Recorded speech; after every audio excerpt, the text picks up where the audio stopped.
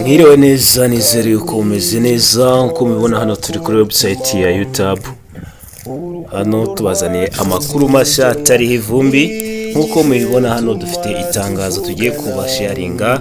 Mbere yuko dutangira, reka tubanze tubahereze ikaze aho muherereye hose, kandi tubashishikariza kuba mwakora subscribe, share and comment, even like, kugira dukomeze tubane gatanu ku kandi. Noneho hano dufite itangazo nkuko mubibona. Itangazo ryatangajwe tariki 10, urumva nejo bundi gato, ntabwo ari kera. Kadukomezanye n'itangazo, turifungura turebe ibiririmo.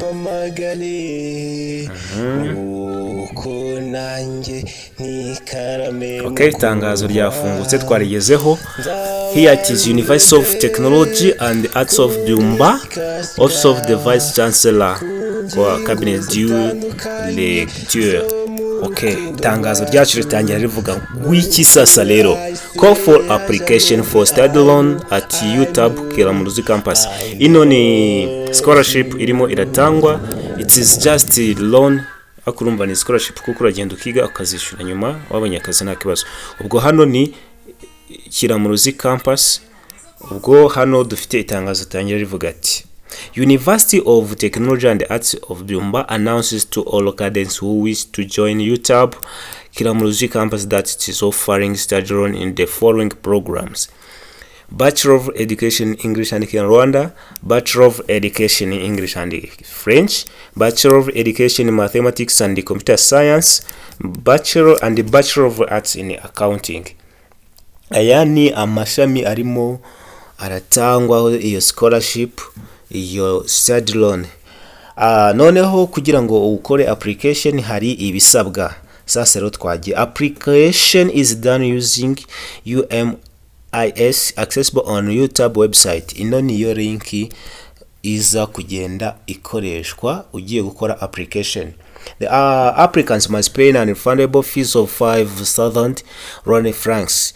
Ugomba kujya gukora application yitegura amafaranga ibihumbi 5 adasubizwa nkuko mubibonye. Noneho dukomeza tureba.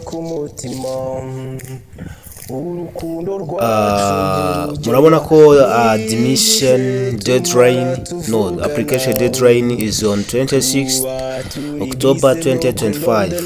To be admitted, the candidate must have A-level certificate with at least 60% marks for those who completed their secondary school during academic year 2023-2024 and 2024-2025. Hano ni ku bantu basoje muri imyaka ibishize. Murabizi yuko ariho amanota yatangiye gusogera ku 100. Ubwo ufite 60 kuzamura yemerewe kuba yakora application rwose, akaba yagira n'amahirwe yo kubona ino scholarship. For those who completed their secondary school before that time should have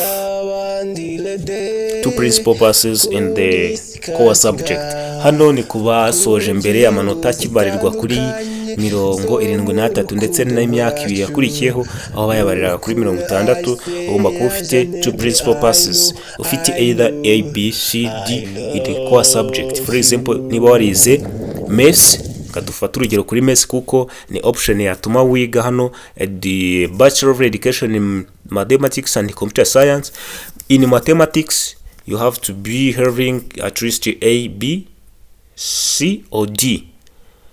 And in computer science also you have to be having A, B, C and D. This is only principal passes that can be accepted.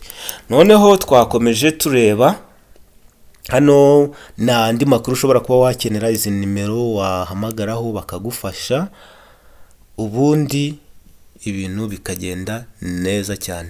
Murakoze, mukomeze kumererwa neza, ibihe byiza.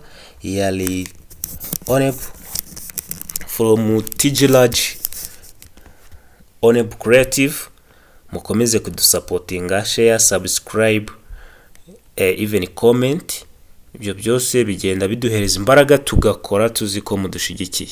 Murakomeze kugira ibihe byiza.